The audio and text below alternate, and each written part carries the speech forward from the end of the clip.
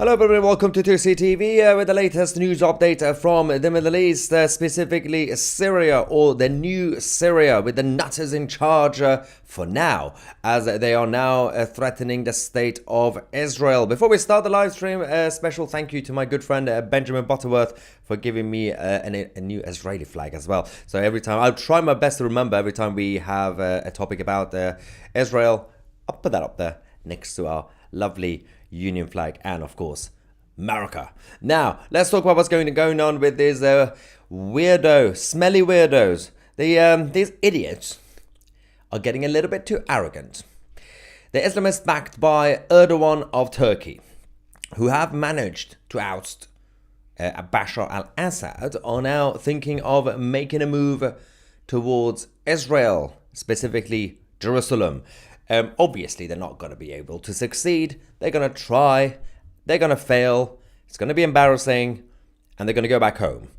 Having said that, there's so much happening over the last few hours. And as we speak right now, so I'm going to give you guys all the information that you might have missed. But first things first, the Israelis have been targeting some of the sites in Syria. And they have also decided to put their boots on the ground to essentially reassure the safety of their own people around the border. But it's completely out of control now because the leadership of the Tahrir al-Sham, the HTS backed by Erdogan, are currently fighting against everybody, obviously. So because everybody's fighting them. So they've got the Kurds, they've got the pro-democracy Syrians, you've got every single group right now currently fighting each other. Now that Assad is gone, this was obviously inevitable. But in the middle of all this, they have ambitions. First things first, let's talk about the Russians, because the Russians are withdrawing their forces even further. Let's go to the latest video they have. These are the Russian forces essentially leaving their positions across Syria.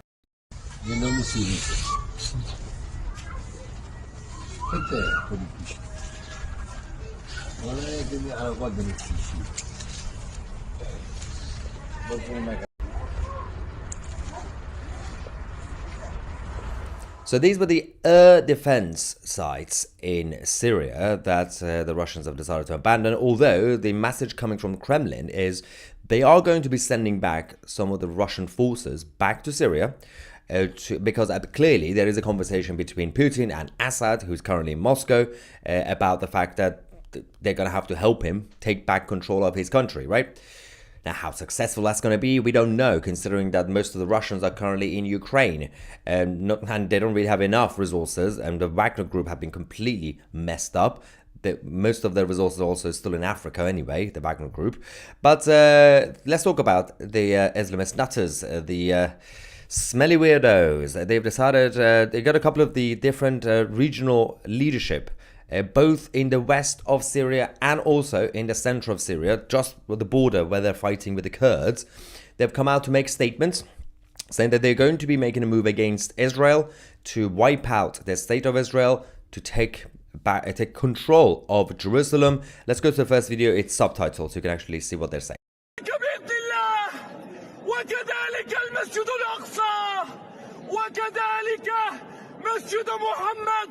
وكذلك الكعبة ندخلها بإذن الله. تكبير. مكبرين مهللين متعطعين الرؤوس ذليلين لك يا رب أن ينصرنا على القوم الكافرين. والله أكبر. لبيك لبيك لبيك يا الله. Okay, dear, if you say so, you can try. You will fail. But as we said, so you got different groups right now.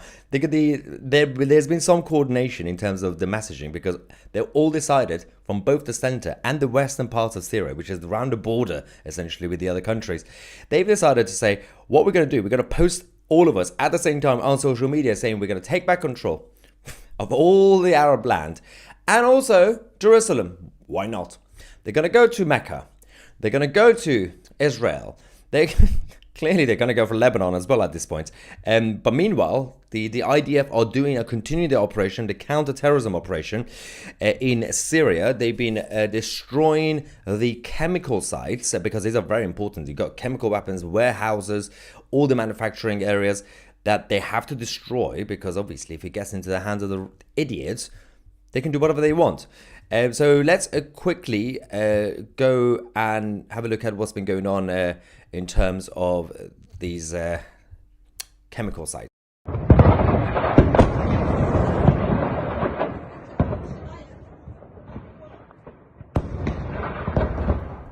Yeah, so there's only a few seconds there, but these were the chemical weapons, the warehouses are being destroyed by the IDF. They're continuing their operation, obviously, in terms of on the ground and obviously in terms of the air. But again, going back to the Erdogan's friends, Erdogan's minions, the Tahrir al-Sham and all the others threatening Israel. This video is also been, we translated this. So the subtitle is just one paragraph on the top left of the screen. Let's quickly go to that video. قد أسقطناه ولله الحمد قد أسقطناه ولله الحمد وسنعلنها بيعة لقائد مسلم سنعلنها بيعة لخليفة مسلم يقود الجيوش نحو كيان اليهود والدفاع عن أهل غزة نبايع خليفة مسلم يقود الجيوش لتحرير المسلمين من ظلم الحكام ومن ظلم الأعداء والحمد لله رب العالمين تكبير الله. Alan Snackbar. Now, I love how they're not even politically correct. So the Islamic Republic of Iran and the Shias go around, keep saying, we are against the Zionists or Zionists. And these guys, they don't even care. They just say Yahud. We're going for the Yahudis, and we're going for essentially the Jewish entity. They don't even say Zionist or Zionist. They just say the Jewish entity. We're coming for you. Now, again, good luck with that because it's not going to end well for anyone involved in this ambitious operation. Unfortunately, we are also getting some very worrying updates about what's happening with the Christians, obviously, in Syria. Now, the first night, depending on where they were, Christians were celebrating because if they are on more of the pro-democracy Kurdish side, so towards the east of Syria, they were happy. Assad is gone because Assad was imprisoning Christians left, right and center while pretending to protect churches, the actual buildings. He was destroying Christians' lives, so they were celebrating. But those who are closer to the west of Syria, they are unfortunately being targeted as expected. It's not really a surprise. It's just a sad reality of the situation. Let's quickly go to some of the videos we have about Christians being attacked by the nutters. يلا عوي عوي عوي حي الله الشيخ ابو حاتم طلي طلي قاقي قاقي مثل الدجاجه قاقي. So let's see what the international community does about the Christians. Obviously the innocent civilians are currently being attacked. So many of them, so many lives will be lost over the next few days and weeks and months. There's also a point to be made that there is a huge wave of migration from the west to Syria now. A lot of the Syrian refugees are going back now. And in fact, we did check. If you want to get a flight to Syria, it's about £1,000. It's correct. Well, between £500 to £1,000 now. It's quite expensive because there's a massive demand. Not everybody, a huge chunk of Syrian refugees who are currently in the UK, in France, and other places, they're getting their flights back to Syria because Assad is gone, and they are the supporters of the Islamists, some of them, if not all, and so that is going to cause some issues, mostly because obviously some of the new Syrian refugees are now going to come to the West. But if those who are still against Assad stay in the West, and you've got the anti-Assad refugees coming to the West, there's going to be a clash of cultures anyway in the West. So over the next few years, if the Western governments are not careful, things are going to kick up. And we're going to talk about the UK and France and their decision when it comes to the asylum seekers from Syria going forward. But meanwhile, Erdogan, if you talk about Turkey and Turkey's role, they are getting involved. Yes, the Turks are attacking Syrians. Erdogan has ordered his Turkish forces and also massive support for the Tahrir al-Sham to go and attack the Kurds. The Kurdish community are trying their best to defend themselves. They're not really being supported right now. I mean, the US and the Western forces are verbally supporting the Kurds. They don't have the resources. We have some US bases, obviously, in the region. They are bombing some of the enemy, but they're too busy hitting Tahrir al-Sham in the west of Syria, which is dominated by them, and Damascus is obviously that side. But the Kurds are currently being attacked, but they're defending themselves anyway. Try to make it simplified. We've done a video, obviously, on this channel a week ago or so about explaining who is who in terms of the groups and the rebels. But thanks to Mario, obviously, it made it simple in terms of what's going on. A Turkish-backed, obviously, Syrian rebel group is currently fighting a US-backed Syrian rebel group. Both of these groups also fought against Assad. Remember, both the US and Turkey are part of NATO, but now there's a proxy fight between two NATO members. The world is a global game of chess, and the pawns are human lives. So, considering Turkey is still part of NATO, essentially there's NATO versus NATO right now, proxy. But there has to be a conversation, as I've been saying for the past few days, about the role of Turkey inside NATO.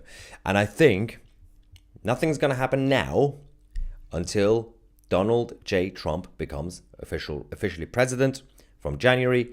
And then we're going to find out what happens next, because Trump has big plans for NATO. His first plan is obviously the financial contributions from other member states. He wants to increase it. He wants to make sure they pay their fair share. Otherwise, he's going to threaten NATO and the US support for NATO. And I have a feeling he hasn't really said anything directly yet, but I think they're currently having talks about what to do or say about Erdogan and Turkey as a NATO member. It doesn't look good.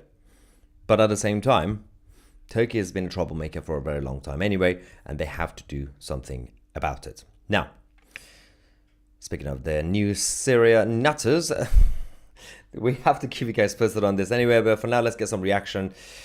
Ruben, thank you very much for your super chat saying, the hypocrisy of the corrupt media. If this were Israel taking over Syria, there will be global uproar.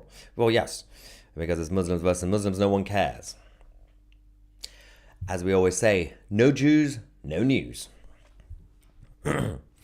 Aaron Bacon says, bold. So will they be bold here? Let's try something. Again, this goes back to what's going on with these the massive ambitions that these people have right now, right? I genuinely don't think there's going to be any successful operation against the state of Israel from these. They're going to step foot close to the border of Israel. They're going to get annihilated. I don't think they're even going to get to that point.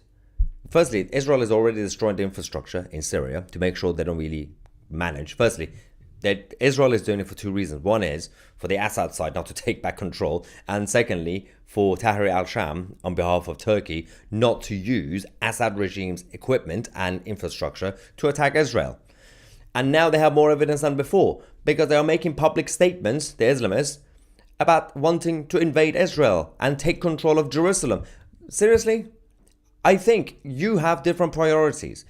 If I were the new people in charge of Syria, I think I would focus on just controlling Syria first. I think I will focus on trying to make sure I have Damascus and Aleppo and Homs and all the other places first. And then I'll talk about invading Saudi Arabia and Israel. I don't think you will be able to win against Saudi Arabia or Israel. Have you seen their armies? They're not beatable. Well, they should have done what the Taliban did. The Taliban took control of Afghanistan and said, okay, we're just going to stay here. Just leave us alone. And they also did some couple of press conferences, very, very manipulative PR exercises, saying, yeah, we are the reformed Taliban. We are progressive. We are moderate. They just banned everything. But they just said, we're just going to stay here. And then, obviously, when Russia said, can you send some of your forces? Then Taliban said, yeah, of course, we're going to send some of our Taliban soldiers to Ukraine. I'm not really sure how they're doing, because I don't think the Taliban soldiers are that professional to be able to operate well in Ukraine, but that might have been a bit of a whoopsie on behalf of, as part of the Taliban leadership. David says, I love how the Muslims are oppressed. So oppressed. So much oppression against the Islamic world. They keep taking over. So much oppression, guys. Daniel from Israel says, I don't want to go to Syria. Why is it never the tropical paradise and good wine that wants us to enlighten us? Yeah, why is it not? I mean, if it were the Greeks attacking Israel, that would have been fun for the IDF soldiers. Go to Greece, get some wine, or maybe Italy. But nope, it's just all the terrible places in deserts that currently want to wipe out Israel. Don't worry, the Kurds will take care of them. Oh, I mean, the Kurds have done a good job because considering of the main two groups who've been against both Assad, the Shias, and also the Sunni nutters, so the ISIS, Al-Qaeda, HTS, Tahrir al-Sham, two main groups have been against them, right? One, the Free Syrian Army, the moderate side, who have now been killed. They were the pro-democracy side at one point, and the Kurds. The only group that's still standing are the Kurds. I always say the Kurds are essentially at this point, when you look at where they are and what they've had to deal with when it comes to the Turks and everybody else, they are the second most resilient group in terms of ethnicities. After the Israelites, the Jews, the Kurds are the second most resilient group that we have in the region. They just can't be wiped out. They just don't give up. You can't kill us. If you kill, we're going to have more babies. We're going to keep fighting back. Javier is not too happy about the word nutters, saying, stop saying nutters. We can't take you seriously. You don't have to take me seriously. That's not the point of this. Take the news seriously. Right. Where are we with the rest of the lovely people? Who else is offended of words, hurty words? Is anybody offended based on hurty words? We have the Turkish don't like the Kurds. Yeah, I mean, that's just a given at this moment. Erdogan has a big vendetta. Although Erdogan's excuse is simply an excuse to go after the Kurds. I mean, the going after the Kurds for Erdogan is just bread and butter. It's just like, it's like a Tuesday. Oh yeah, let's just go after the Kurds. The main point is he wants to bring back the Ottoman Empire, right? Not the same way. Ottoman Empire 2.0. He's gone cuckoo. He's lost his mind. He's become so arrogant, so self-important. He's not like your normal Turkish leader. He's completely lost the plot. And the main point is, when you are in power for a very, very long time, it happens. Definitely after about 10 years or so, you lose your mind. I mean, you could actually make an argument, and I'm pro Margaret Thatcher. I mean, you could agree and disagree with some of their policies, right? But I agree. After about 10 years, Margaret became a little bit arrogant and just didn't want to listen to anybody. That's just what power does to you. And you get older, you're crazier. That's what Erdogan is going through right now. Scott says, love the word nutters. It's hurty words, guys. Come on. Now everyone in the live chat say nutters. Guys, come on. Be sensitive. I can't talk. I literally have it on the screen. Anyway. Mark says, so do the Christians get to come back, or do they get stuck there too with Assad's lot under the new regime? Well, Ivar Kuba sends them billions over the next year. So I think some of the Christians are going to try to leave. They're going to go to neighboring countries. It's going to be hard for them to, obviously. I mean, right now is a perfect time to leave, because I checked. Syria doesn't technically have a border right now. It actually doesn't have a border. There's no border security. So it's a perfect time to flee. But you only have a few days or weeks until they take control of the borders. But both, obviously, the Christian side and the Assad side are leaving anyway. But there are also some Christians who left before, because they also escaped the Assad regime before. I don't think they're going to go back to Syria now. They would have to be stupid to go back to Syria now. Yes, Assad has gone, but Assad was imprisoning Christians. The new guys are just going to kill the Christians. So don't go back. Not a good idea. Stay away. Omega says, prophecy of Jeremiah. Has had to flee before his eyes for distraction. Merry Christmas. We're getting into prophecies now. I mean, for the last year or so, it's gone almost the same way of certain prophecies in the past. Is this a Christian website? Well, the ownership of YouTube is... I don't think the owners of YouTube actually announced their religion, but I'm guessing they are secular. I don't know if they might be religious. I'm pretty sure they're not Islamic. They're the owners of YouTube. But if you're talking about 2CTV, well, it's not a site, it's just our channel. I am Team Jesus, yes, but I'm also the defender of the Jews and the Hindus and everybody who believes in life and freedom. Even the Buddhists. They're nice. Anyway, let's see. We have another super chat. Coco Foco says, the Palestinians, the so-called Palestinians, wanted a country based on Syria. Syria is free space. Just saying. It is free. Give it to the idiots so they can F up and leave Israel alone. And that was supposed to be the plan with Jordan, but Jordan said no. So the thing is, considering that the Sunni Islamists right now, Tahrir al-Sham, who don't like Shias, but they have already announced they want to protect the Gazans and the Palestinians. If they really want to fight for Palestinians, maybe they can take them to their country. Maybe we could take them to Syria. It's a big land. It's massive. And we could have a two-state solution. Win-win. But I don't think they're not going to do that anyway. So they just want to take control of Jerusalem. And that's never going to happen. Thank you for another super chat. And another one says, nutters make me think these guys are going around nutting on everything. Is it some sort of American thinking? Anyway, so yes, today Damascus, tomorrow Jerusalem, and apparently the next day Mecca. They won the whole land of the Middle East. Good luck to the crazies at Tahrir al-Sham. We will keep you guys posted on 2C TV. Things are going to happen throughout the night. I'm Maya 2C, and we are the media.